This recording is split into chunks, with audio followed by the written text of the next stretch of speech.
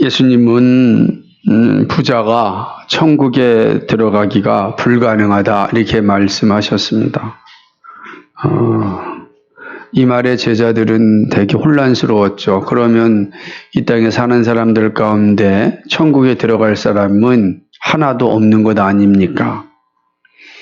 그 전제는 모든 사람이 다 부자 되기를 원하고 있기 때문에 그런 것입니다.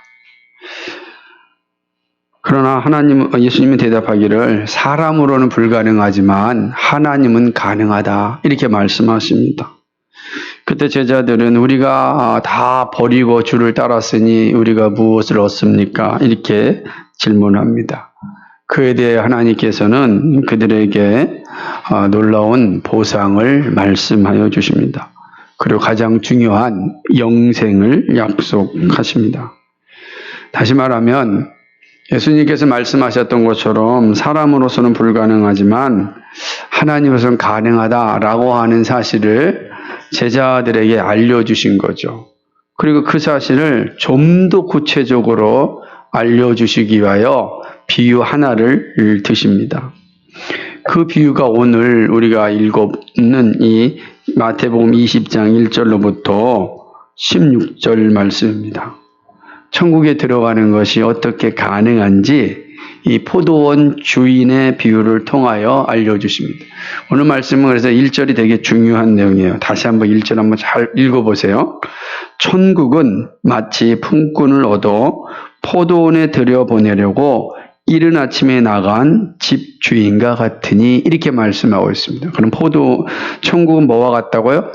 포도원 집주인과 같다 이렇게 말씀하고 있는 겁니다.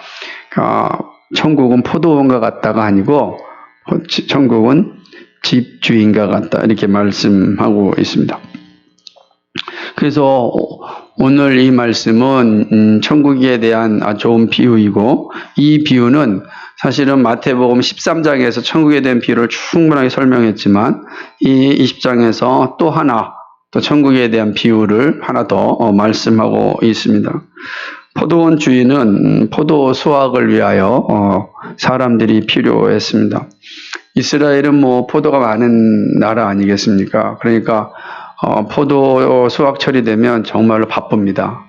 여러분도 혹시 포도를 따보신 분이 있으신지 모르겠지만 포도가 한 개 열리고 하는 게 아니잖아요. 얼마나 많이 열립니까? 그걸 주렁주렁 따야 되니까 사람들이 많이 필요한 거죠. 그런데 일꾼이 없었습니다. 그래서 주인이 일꾼을 데리러 오기 위하여 아침 일찍 집을 나섭니다. 집주인이 일찍 집을 나섰다라고 하는 걸 한번 생각해 보십시오. 집주인이 열심히 일하고 있는 거예요. 그죠? 집주인이 열심히 일하고 있는 거예요. 이게 되게 중요한 포인트입니다. 집주인이 지금 열심히 일하고 있어요. 찾으러 나갑니다. 몇 시에 나가냐면 이른 아침에 나갑니다. 유대인들은 보통 시간을 오전 6시부터 오후 6시까지 12시간을 일하는 날로 정했습니다. 그러니까 12시간이 이제 그들의 일하는 날이 6시가 되면 다 끝나요. 그럼 그 다음 날이 되는 거예요. 그래서 한 날은 아침 6시부터 그러니까 6시까지 이 시간 동안 이제 일꾼을 부르는 겁니다. 6시에 가가지고서 품꾼을 하나 만났습니다. 그리고 일꾼과 이제 계약을 맺습니다. 자, 우리 포도원에 지금 포도를 수확해야 되는데 와서 일을 해달라라고 요청합니다. 그럼 일해달라 그러면 서로가 얼마 줄 거냐고 서로 계약서를 맺어야 될 거 아니겠어요. 그죠? 알바를 하더라도 다 계약서 맺잖아요. 요즘 알바 일당이 얼마입니까, 하루에? 제가 하루 일당 알바 안 해봐서 그랬는데, 우리 예지 얼마예요, 하루 일당이? 요즘? 안 해봐서 몰라요? 한 10,000원 합니까? 아니, 한 8,000원 해요? 시급이 얼마예요? 한 8,000원? 9,000원? 어휴, 이거 어쩌지 9,000원이에요? 시급을 정하는 거잖아요. 약속하는 거잖아요. 그래서 약속을 했습니다. 그런데 보니까 일꾼이 많이 부족한 거예요. 그러니까 이 주인이 또 나갑니다. 9시쯤 갔습니다. 9시에 가니까 여전히 거기에 사람들이 앉아 있는 거예요. 여전히 이 일자리를 찾고 있는 사람이 있어요. 그래서 주인이 가서 그 사람도 데려옵니다. 데려올 때 그 사람에게 주인이 어떻게 약속을 하냐면 너 와서 일하라. 그럼 내가 한 데나리온을 주겠다. 근데 한 데나리온은 그러니까 노동자의 하루 품삯이에요. 그러니까 이스라엘의 하루 품삯이 정확히 우리나라 얼마가 될지 모르지만 하루 품삯이 한 데나리온이에요. 그러니까 시급으로 생각하면 막 그렇게 된다고 생각해 보십시오. 그래서 부른 겁니다. 약속을 했어요. 내가 한 데나리온을 주겠다. 그거 데려왔습니다. 그러고 난 뒤에 집주인이 또 오후 3시쯤 또 나갑니다. 나가보니까 여전히 일이 없어서 빈둥빈둥 좀 놀고 있는 사람인 겁니다. 그래서 그들에게도 우리 농장에 와서 일해달라고 요청을 합니다. 그러면서 또 약속을 합니다. 계약을 맺습니다.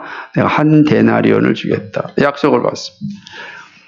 그래서 이제 일을 다 하고 있습니다. 이제 11시쯤 됐습니다. 이제 1시간밖에 안 남은 거잖아요. 12시가 끝이니까. 근데 또 이 주인이 부지런히 또 한번 장터를 한번 가본 거예요. 그랬더니, 세상에, 거기 11시간 동안 놀고 있는 사람, 일자리가 없어서 있는 사람이 보인 거예요. 이 주인이 그 사람 보니까 마음이 아프잖아요. 또 이 주인이, 야, 와라. 와서 일해라. 대신에 내가 일하면 한 데나리온을 주겠다라고 합니다. 그렇게 해서 이제 11시까지 오고 있습니다. 그 사람은 1시간밖에 일하지 않는 거예요. 와가지고서 이제 일을 하였습니다.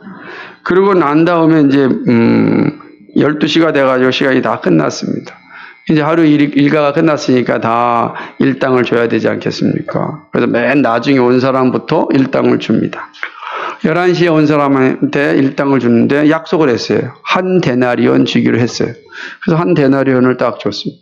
이거 줬을 때 9시, 3시, 9시, 이 6시 온 사람들 기대치가 있을 거 아니에요. 내가 적어도 이 정도 일했으니까 이제는 뭐 자본주의 논리로 의하면은 더 받아야구나.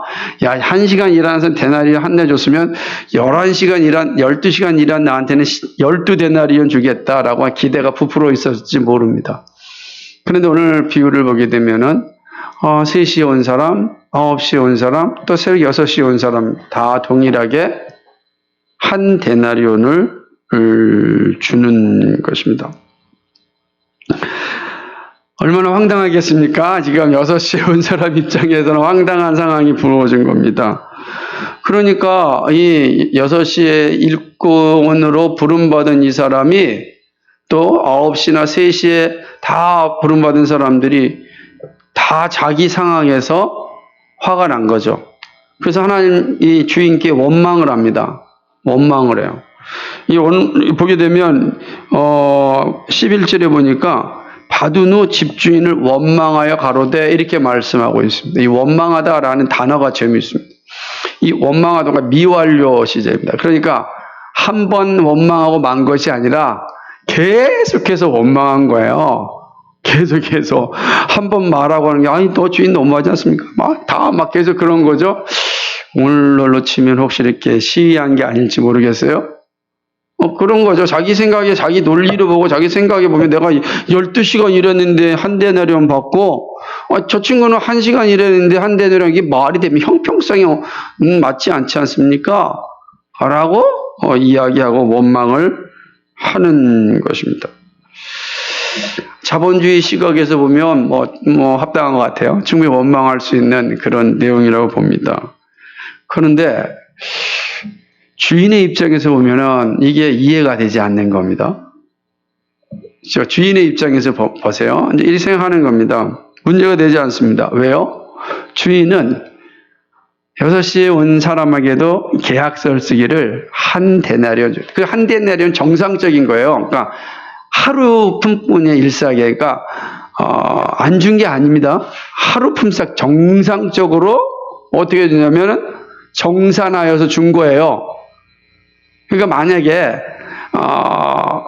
그 이후에 아무도 일꾼이 안 왔다고 한다면은 이 사람은 한 데나리온 받고 갔겠죠.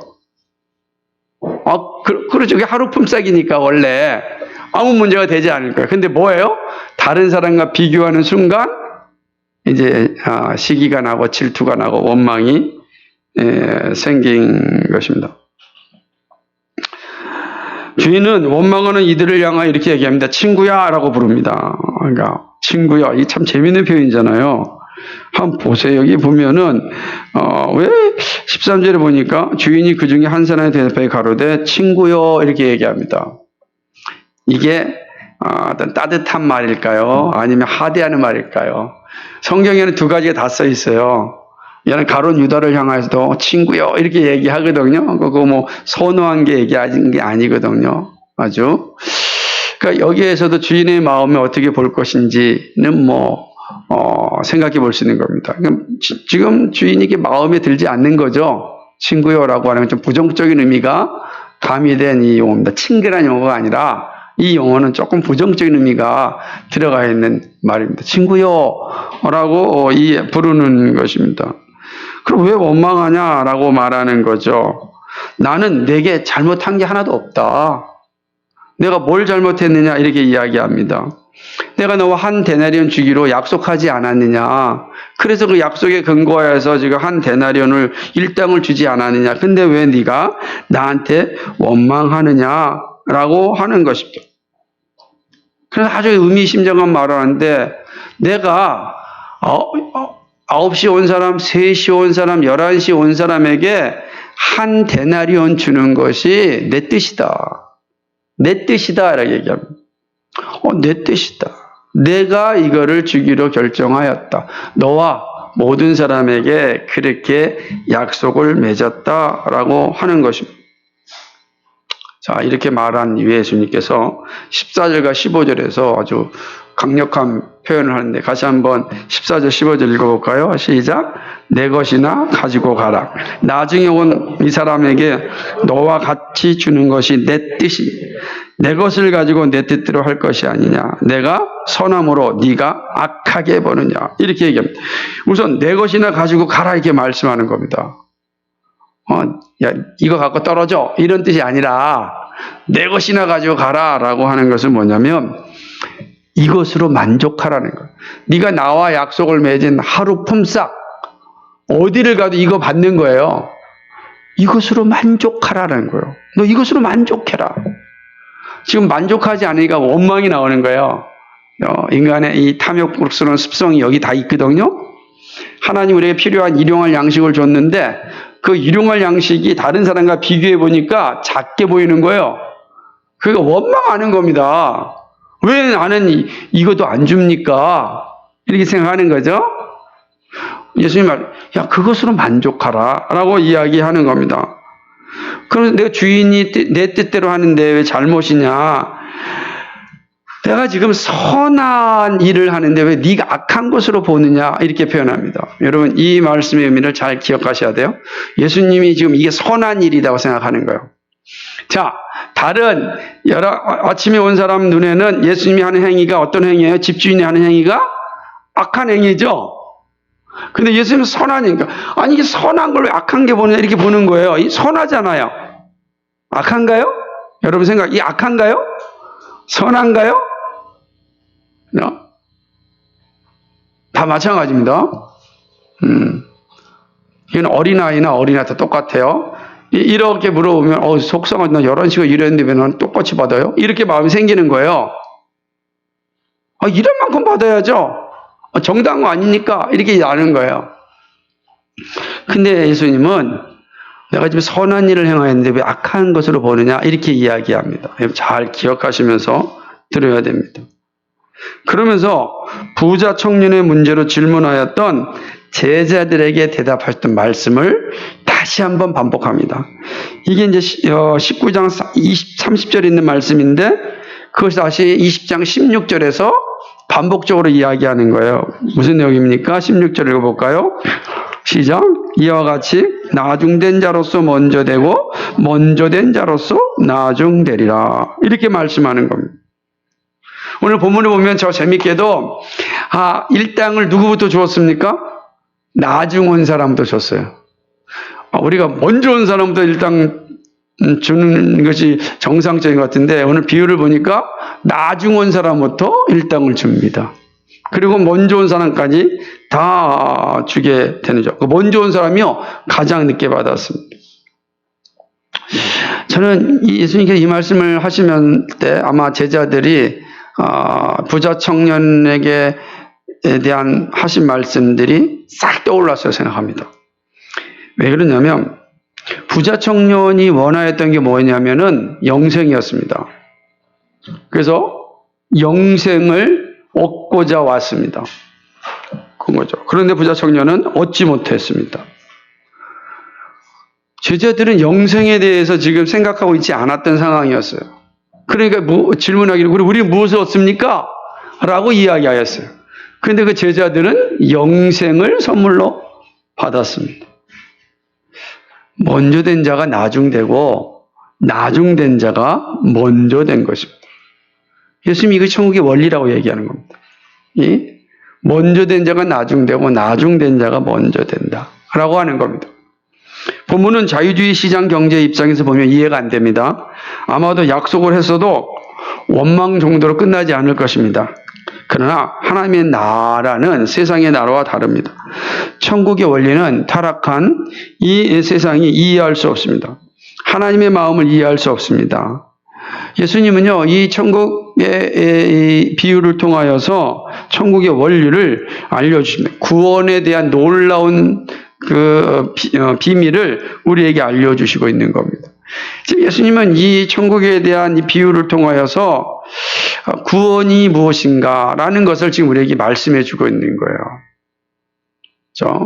단순히 이게 경제적 논리를 이야기하는 것이 아니라 그것은 파생된 원리고 본질은 구원에 대한 예수님의 가르침을 주는 거죠.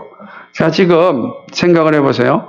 지금 길가에서 일 없이 있는 사람들 생각해 보세요. 아무것도 할 수 없는 사람들입니다. 자, 그런 사람들이 이 포도원으로 집주인이 데려왔습니다. 이 사람은 삶의 현장에서 그죠? 굶을 수 있는 사람, 소망이 없는 사람에게 배불리 먹을 수 있고 소망 있는 삶으로의 변화가 주어진 거죠. 그렇잖아요. 6시나 11시나 똑같죠. 이 구원이죠. 이 땅에 우리가 살아가는 사람들은 사실은 자기가 소망을 가지고 살아가는 것 같지만 무슨 소망을 갖습니까? 아무 소망이 없어요. 그냥 보이는 것이 다잖아요. 보이는 거 다 이룬 다음에 뭐 하겠습니까? 그죠? 다 끝나는 겁니다. 그죠? 저는 몰랐는데 오늘 아침에 오는데 삼성 이건희 회장이 죽었다면서요. 끝난 거예요. 그렇습니다. 무슨 소망이 있습니까? 우리에게는 하나님의 나라의 영광이 주어져 있어요. 그게 전혀 예수 믿는 사람의 삶이 다른 거거든요. 소망의 자리를 온 사람과 소망이 없이 살다 가는 사람과는 이 땅에서는 엄청난 차이가 있는 것 같이 보이죠. 뭐 잘 먹고 잘 살고 하는 것 같지만 그러나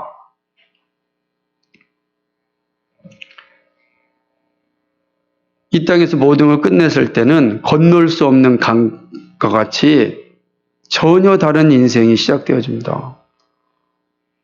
그거 보여주는 겁니다. 그러니까 오늘 이 말씀이 우리에게 구원에 대한 매우 중요한 그러한 진리를 말씀해 주고 있습니다.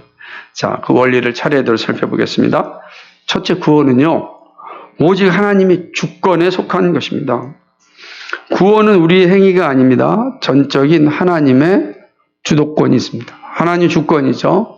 주권이라는 거죠. 천국의 원리는 세상의 원리로 알 수 없습니다. 천국은 오직 하나님의 주권이 원리로 작동합니다. 창조주이시고 구원주이신 전능하신 하나님이 이끌어 가십니다. 그래서요, 이 놀라운 사실은 타락한 지성으로는, 부패한 지성으로는 다 이해할 수가 없어요. 오직 거듭난 지성만이 그 원리를 알 수가 있습니다. 구원받는 건 사람의 힘으로 능력으로 되는 것이 아니라 전적인 하나님의 은혜로 이루어집니다. 그래서 믿음의 선배들이 한결같이 고백하는 것은 모든 것이 하나님의 은혜였습니다 라고 하는 거예요.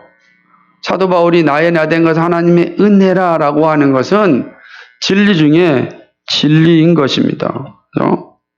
은혜 외에는 다른 길이 없습니다. 자, 역사적 예를 한번 생각해 봅시다. 이스라엘 백성들이 선택된 백성이 된 게 이스라엘 백성들이 탁월한 민족이라서 하나님께서 선택하셨습니까? 그들이 세상 가운데서 엄청난 인구를 가지고 있어 선택하셨습니까? 그러지 않았습니다. 하나님께서 말씀하셨습니다. 너희들이 잘나고 똑똑하고 대단해서 내가 너희를 선택한 게 아니라 이렇게 말씀하셨습니다. 하나님의 주권입니다. 하나님이 선택하신 거지 그들의 조건이 대단해서 선택한 게 아니다라고 하는 것이죠. 근데 이러한 선택은 단지 이스라엘 민족에게만 적용되는 것이 아닙니다. 이스라엘 밖에 복음이 증거될 때 선택된 사람이 있었습니다. 이러한 선택은 우상을 섬기는 나라에서 일어났습니다. 무신론자의 나라에서도 일어납니다. 생각해 보십시오. 얼마나 다양한 종교가 있습니까? 힌두교를 믿는 저 인도에서도요. 사회주의 국가인 소련이나 중국에서도요. 철의 장막이라는 북한에서도요. 거기서 예수 믿는 사람이 일어나는 겁니다. 복음이 증거되자 그 복음에 반응하여 예수 믿는 사람들이 일어나는 어떻게 설명하겠습니까? 그들이 대단한 지성을 가지고 있어가지고 기다렸다는 듯이 만났겠습니까? 그거 아니죠. 아무 이해할 수 없는 거예요. 하나님의 주권적인 손이 그들 가운데 임한 겁니다. 거기 있던 사람들이 자기에게 복음을 전하라고 올 사람을 기다렸겠습니까? 그런데 갑자기 어느 날 나타난 겁니다. 대표 생각해 보십시오. 사도 바울이 복음을 전하러 소아시아에 갈 때 얼마나 기가 막혔겠어요. 그때 사람들이. 근데 사도 바울의 전하는 말에 사람들이 반응을 합니다. 철학으로 가득 차 있는 아테네에서 예수 믿는 사람들이 나타나는 겁니다. 온갖 쾌락으로 가득 찬 로마에서 쾌락을 버리고 예수 믿는 사람이 나타나는 겁니다. 그리고 그 로마를 점령해 버립니다. 로마만 점령합니까? 온 유럽과 이 열방으로 복음이 확장되지 않습니까? 저 아마존 정글 속에서도 예수 믿는 사람이 나타납니다. 어떻게 설명하겠습니까? 우리나라는요. 우리나라에 복음이 들어왔습니다. 예수 믿는 철저하게 양반이 유교 문화에 찌들어 있고 불교 문화는 불교가 아주 밑바닥에 가득 차 있고 유교가 그 위에 기둥을 세우고 있는 그런 나라인데 예수 믿는 나라가 되었습니다.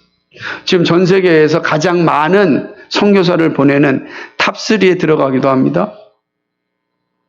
어떻게 설명하시겠어요?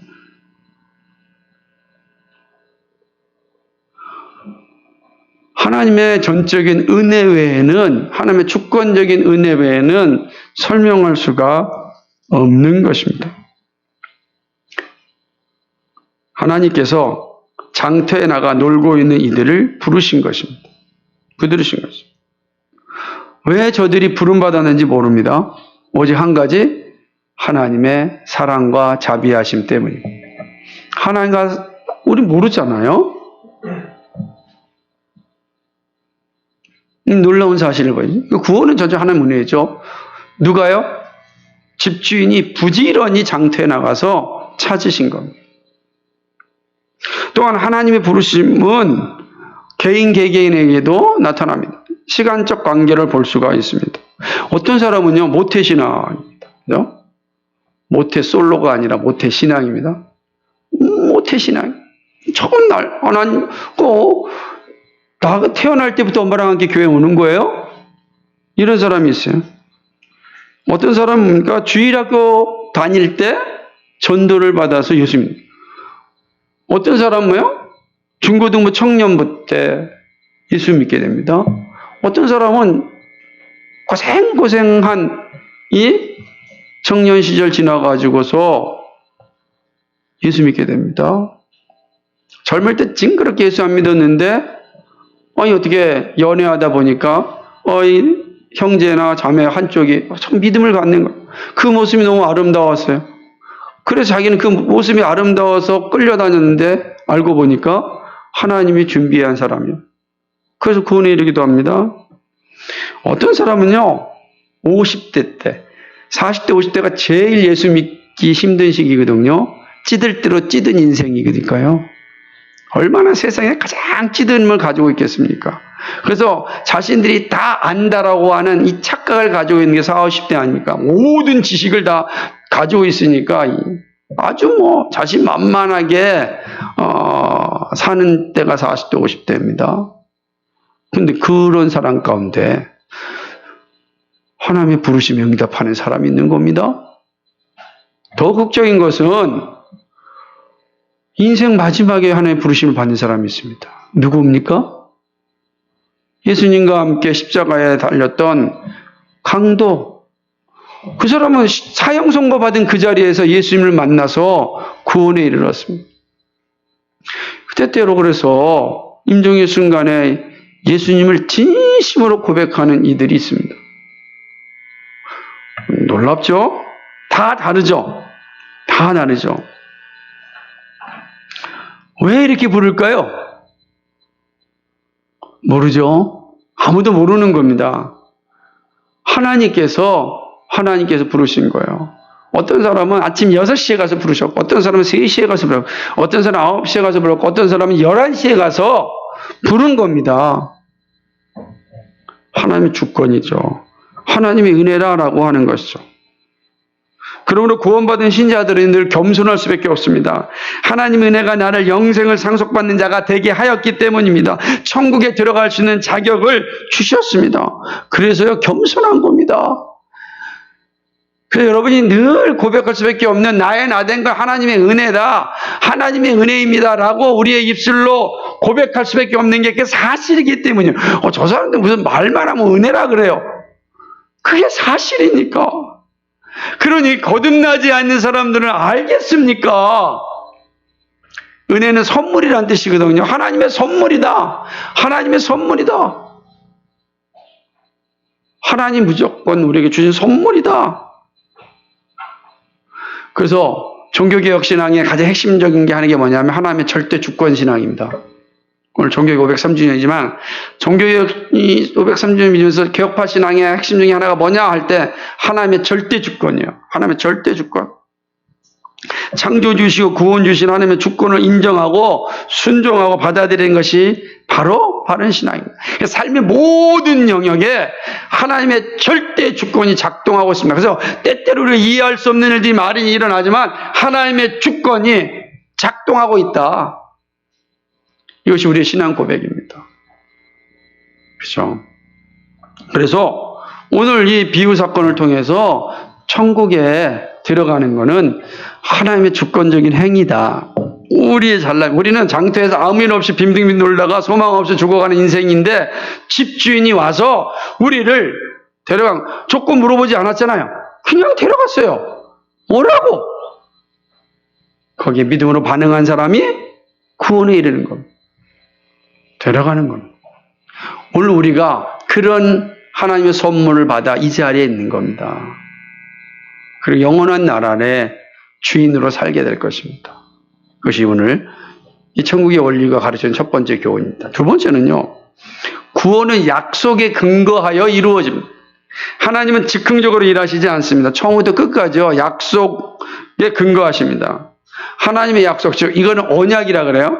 사람은 계약이라 그러지만 하나님과 우리가 맺은 약속은 언약이라 그래요. 왜요? 하나님 편에서 일방적으로 맺은 약속이기 때문에 그걸 구분하기 위하여서 언약이라 이렇게 표현합니다. 쌍방이 아니라 일방적인 것이죠. 예수님의 비유를 보면 모든 일꾼들에게 공평하게 한 데나리온을 약속하였습니다. 약속이죠.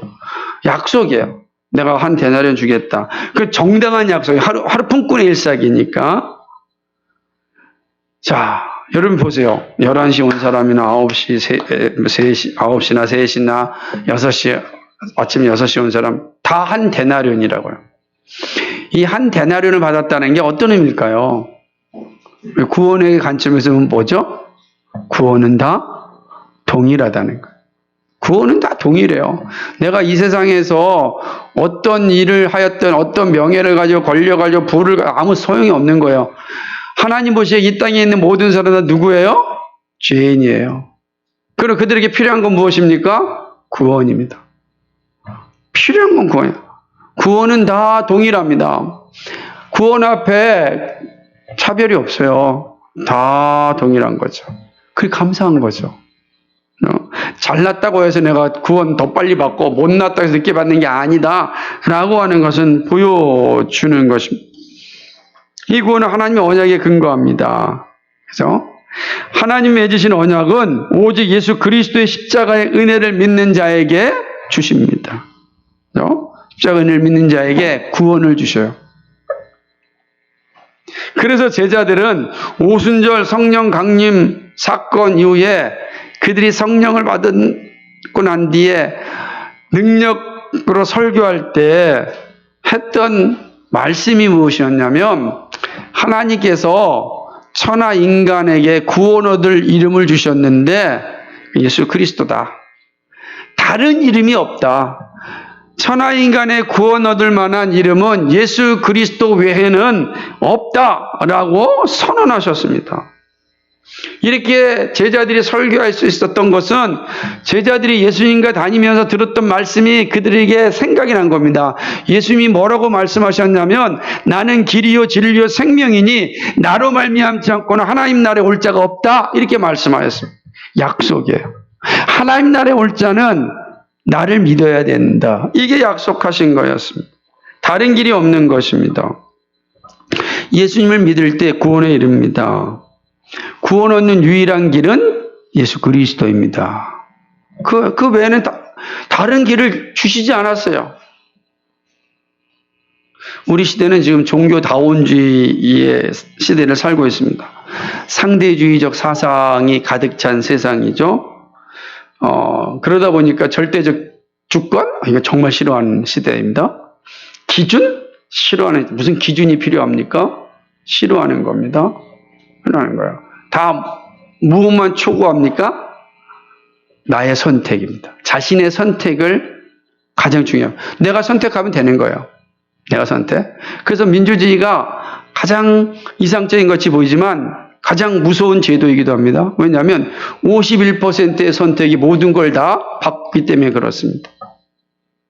가장 우리 볼 때는 독재보다 이상적인 게 분명해요. 그러나 51%의 선택이 얼마나 무서운지 모릅니다. 그 진리는 아니죠. 지금 종교다원주의 시대가 흘러가고 있고 상대주의적 시대가 흘러갈 때는 아마 이러한 개인의 선택이 더 큰 힘을 발휘할 겁니다. 대표적인 게 낙태와 같은 거죠. 그렇게 흘러가고 있습니다. 미국에서 낙태가 합법화될 때 대법원에서 7대4 했어요. 그럼 이기는 거예요, 그냥.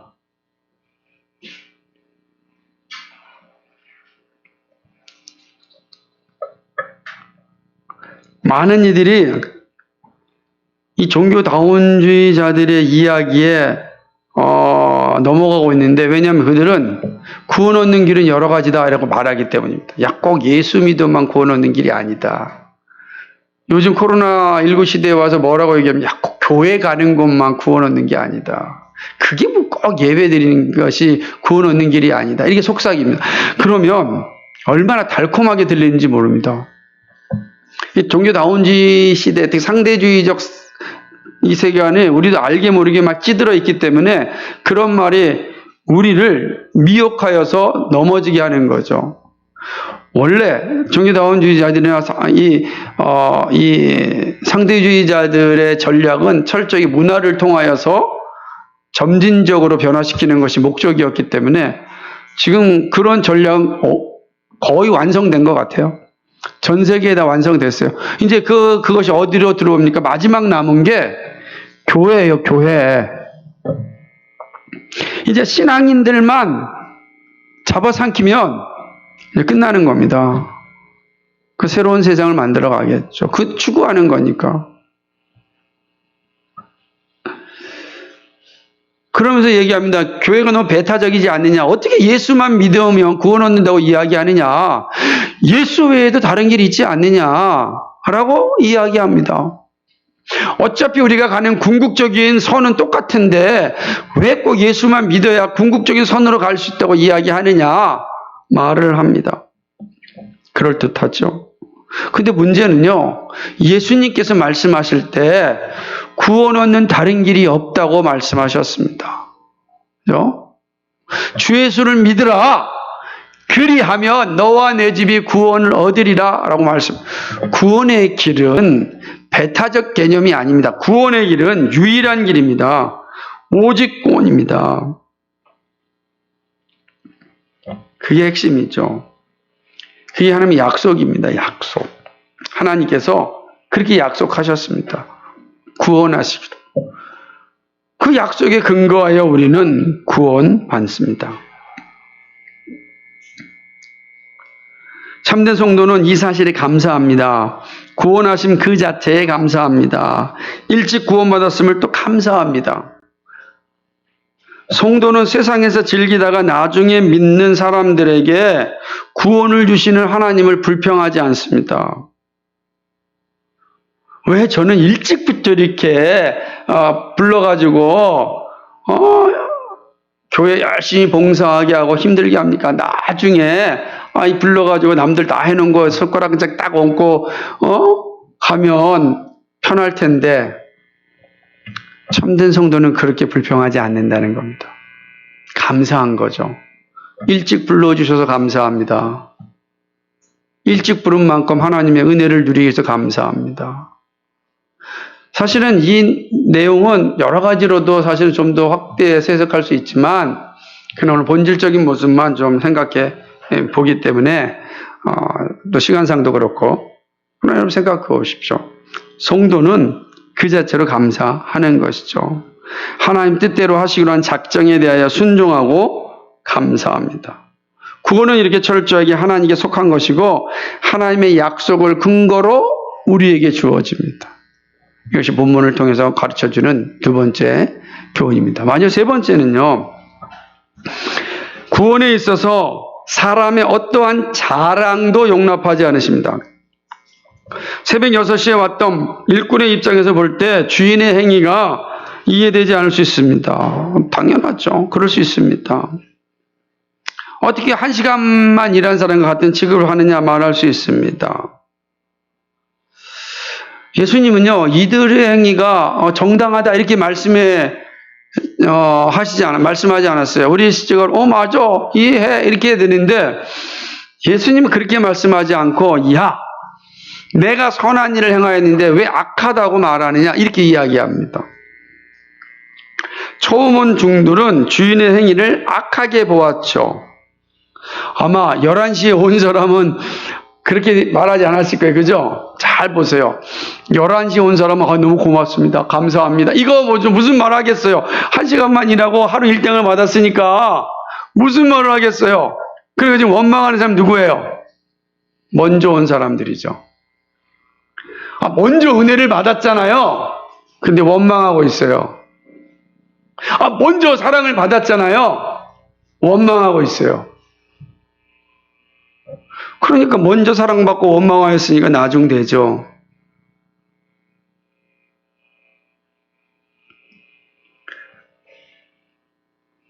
이렇게 생각한 것은 이들이 하나님의 집주인, 다시 한 행위에 대해서 악하게 생각한 것은 그들의 마음에 있는 시기와 질투 때문입니다. 시기와 질투는요, 하나님의 마음을 생각하지 않을 때 생각하는 겁니다. 다시 말하면 집주인의 마음을 생각하지 않을 때 철저하게 자기 중심적으로 생각할 때만 나타나는 거예요. 매튜엘 목사님 이렇게 얘기합니다.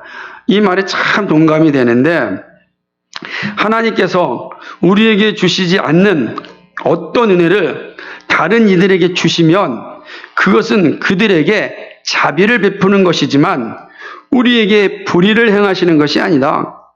그러므로 우리는 이런 것을 탓해서는 안 된다. 지금 하나님께서 우리에게 주시지 않는 것을 누군가에게 줬다고 한다면 지금 하나님께서 그들에게 뭘 주시는 거예요? 자비를 베푸는 거예요. 우리에게 불의를 행하는 게 아니라 자비를 베푸는 거예요. 그럼 구원받은 성도는 뭐에 대해서 찬양해야 됩니까? 자비를 베푸신 하나님의 선하심에 대하여서 찬양해야 되는 거예요. 이 말씀 기억 좀 하세요. 정신 바짝 차리고, 정신 바짝 차리셔야 됩니다.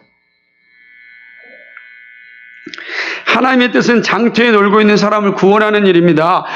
그 하나님의 은혜가 여러분 잘 기억하셔야 돼요. 그 하나님의 은혜를 바르게 알지 못하면 나의 나됨에 대해서도 온전히 이해하지 못하게 되는 거예요. 모두에게 동일하게 구원을 베푸는 일이 하나님의 선함이었습니다. 이 사실을 알지 못하면 악한 눈으로 원망합니다. 하나님의 뜻을 알지 못하면 먼저 된 자가 나중됩니다.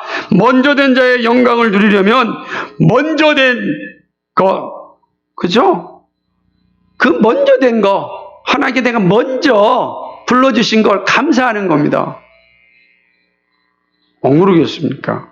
내가 11시간 동안 일했다라는 걸 감사할 수 있는 믿음이 되어야 된다고요. 이거 쉽지 않죠. 하나님의 일하심을 바라보시면 돼요. 사실 이 비유는 하나님의 선택을 받은 유대인의 측면에서 보면 좀 더 잘 이해할 수 있습니다. 유대인은 먼저 선택된 백성이란 선물을 받았습니다. 먼저 된 자들이죠. 그리고 이방인들은 나중에 복음을 듣고 구원받았습니다. 그런데 유대인 가운데 구원에 이르지 못하는 이들이 있습니다.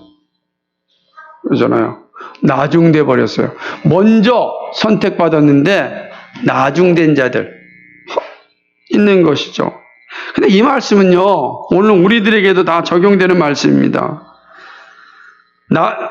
먼저 된 자가 나중되고 나중된 자가 먼저 된다는 말씀. 이거는 예수님 믿음의 길을 가는 그리스도인들에게 하나님의 은혜를 기억하고 교만의 자리에 떨어지지 말라는 것입니다. 유대인이 교만하여 나중되었습니다. 누구나 동일한 겁니다. 예수님께서 이렇게 말씀하셨어요. 청함받은 자는 많다. 그러나 택함받은 자는 적다 그랬습니다.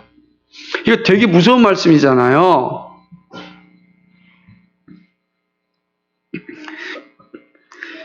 교만의 자리가 아니라 겸손의 자리에 서라는 말씀입니다. 겸손한 자의 자랑은 오직 십자가입니다. 십자가의 자랑이 구원을 주셨기 때문입니다. 저는요, 천국에 있는 사람들이 한결같은 고백이 있다면 아마 이런 것 같아요. 저는 참 무익하였습니다. 저는 벌레만도 지렁이만도 못한 자였습니다. 그런데 이런 하나님의 영광을 보게 해주시니 감사합니다.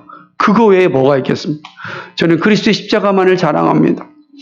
제가 자랑할 수 있는 건 아무것도 없고 그리스도께서 나를 위하여 십자가에서 죽으셨다는 그 놀라운 사실, 그 은혜, 그 사랑만 자랑합니다.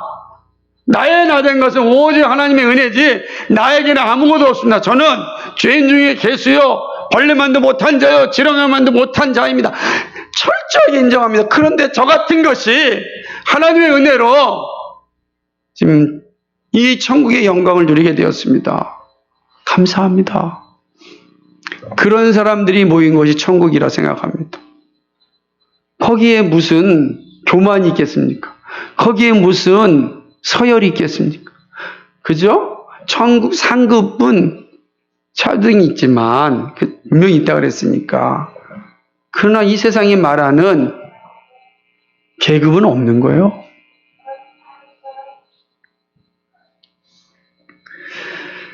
그리고 그 영광이 오늘 우리들이 누릴 겁니다. 우리 모두가 그 나라에 가면 그 영광을 아마 우리 다 그럴 거예요. 맞아요.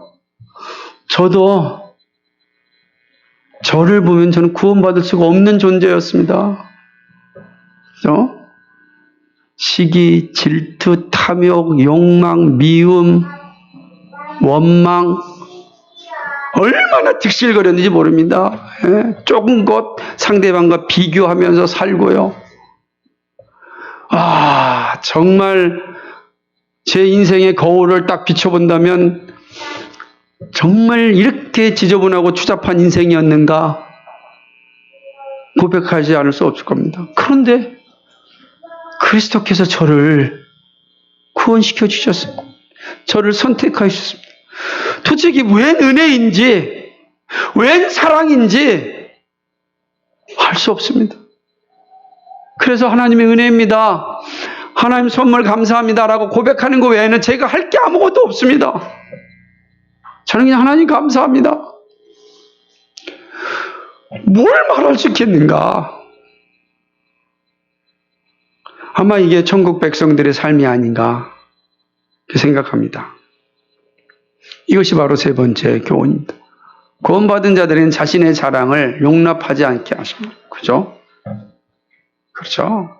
오직 하나님만을 자랑하죠. 사랑하는 여러분, 그리스도인은 하나님의 은혜로 구원받았음을 인정하고 고백하고 감사하는 사람이죠. 자신을 자랑하지 않습니다. 오직 그리스도의 십자가만을 자랑합니다. 은혜를 알면 자랑스러운 고백이 나옵니다. 오늘도 하나님의 은혜로 살고 있음에 감사하시기 바랍니다. 내일도 하나님의 은혜로 사시기 바랍니다. 주님 오시는 날까지 하나님의 은혜로 사십시오. 여러분의 입술과 여러분의 삶에 통하여서 하나님의 은혜입니다. 그러면요, 세상이 조금 달라 보일 겁니다. 하나님의 은혜로 사는 사람은 형제가 잘 되는 것에 시기하고 질투하지 않습니다. 오히려 함께 잘 살 수 있음에 감사합니다. 서로 상생하며 사는 것을 기뻐합니다. 자신이 먼저 된 것을 잘하는 것이 아니라 먼저 불러주신 하나님께 감사하고 함께 은혜의 자리에 들어간 것을 기뻐합니다. 저는 하나님 원하시는 자세는 교만도 원망도 아니고 겸손과 감사와 은혜이죠. 그런 의미에서 아직도 구원에 이르지 못한 가족과 형제와 친구들을 위하여 기도하고 하나님께 간구해야 합니다. 하나님의 시간이 닥치기 전에 구원의 은혜를 달라고 기도해야 합니다. 왜냐하면 오늘도 하나님은 부지런히 찾고 계십니다. 부지런히 장태에 나가서 찾고 계십니다.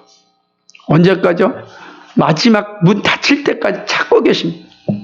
마지막! 잠깐 하고 끝나는 것이 아니라 마지막 문 닫히는 순간까지 끊임없이 나가십니다.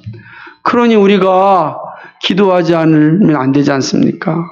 우리 사랑하는 가족, 사랑하는 형제, 사랑하는 친구, 사랑하는 동료들, 기도하면 하나님, 저들이 지금 놀고 있습니다. 오셔서 데려가 주십시오. 기도해야 되지 않겠습니까? 여러분, 나의 나담이 하나님의 은혜임을 여러분 고백하십니까? 하나님의 은혜로 구원받았음을 정말 믿으십니까? 하나님의 섭리를 온전히 이해할 수 없지만 하나님의 선하심을 믿으십니까? 혹시 여러분 이해할 수 없는 일에 대하여 하나님을 악한 눈으로 볼 때는 없었습니까? 하나님 앞에 우리 자신을 잘 내려놓고 하나님의 선하시고 온전하신 그 하나님의 주권을 고백하셔야 합니다. 때때로 우리가 이해할 수 없는 일들이 있다 할지라도 합력하여 선을 이루시는 하나님의 주권을 믿어야 합니다. 천국은 오직 하나님의 주권을 믿음으로 고백하는 자들에게 주어집니다. 그래서 천국은 이미 앞서 말씀드렸듯이 하나님의 주권을 고백하고 그리스도의 십자가를 자랑하는 이들이 함께 사는 나라입니다. 우리가 그 나라의 백성입니다. 우리가 다 함께 살 겁니다. 그 나라에 들어가기까지 믿음으로, 은혜로 주님 재림을 기다리는 우리 모두가 되기를 주님의 이름으로 축복합니다. 아멘. 거룩하시고 자비하신 하나님 아버지 고맙고 감사합니다. 천국의 원리를 우리에게 바르게 알려주셔서 고맙습니다. 하나님 아버지 저희들 진리 가운데 살 수 있도록 인도해 주셔서 고맙습니다. 우리가 무엇이 간데 우리 자신을 보게 되면 참 좀 부끄럽고 추악하고 죄 많고 탐욕이 득실거리는 우리의 모습을 보게 됩니다. 시기하고 질투하고 미워하고 원망하고 하나님이 베푸신 선에 대하여 나에게 이루어지지 않았다고 악한 눈으로 볼 때도 많이 있었습니다. 하나님, 그러나 하나님 자녀들에게 합력하여 선을 이루십니다. 때때로 우리가 이해할 수 없지만 그러나 하나님 가장 좋은 곳으로 이게 주십니다. 우리 하나님의 이 놀라운 약속을 믿고 오늘도 믿음으로 걸어갑니다. 힘들고 어렵고 아픈 일들이 우리 앞에 오지만 그러나 하나님은 우리에게 가장 좋은 것을 예비해 놓으셨습니다. 하나님 아버지, 이 믿음으로 주님 오심을 준비하며 살아가는 저희들 되게 하여 주시옵소서. 부지런히 찾으시는 하나님, 부지런히 찾으시는 그 하나님의 사랑을 기억하고 하나님의 은혜를 날마다 고백하며 감사함으로 우리의 남은 생애를 살게 하여 주옵소서. 예수 그리스도의 맛대로 기도하옵나이다. 아멘.